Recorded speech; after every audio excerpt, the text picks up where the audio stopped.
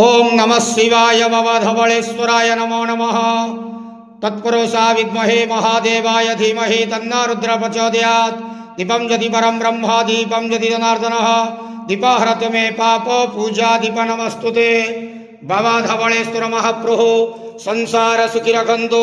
आज शुभ रविवार रे समस्त श्रद्धाळु भक्त मानक श्रीपद करंतु। समस्त श्रद्धाळु भक्त मानकर मनस्कामना पूर्ण करंतु। कर्म क्षेत्रोन्नति करंतु। ग्रहरिष्टमान खंडन करंतु। जगतर मंगल करंतु। विश्वर कल्याण करंतु। आपणकर नाम विख्यात करंतु। सेवकर डाक श्रवण करंतु। समस्त गुआवसा भक्त मानकर मनस्कामना पूर्ण करंतु।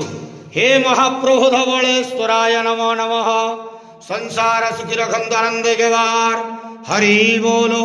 आज शुभ रविवार रे समस्त श्रद्धाळु भक्त मानक श्रीपद करंतु आनंदे गेवार। हरि बोलो। बाबा धवळेश्वराय नमो नमः।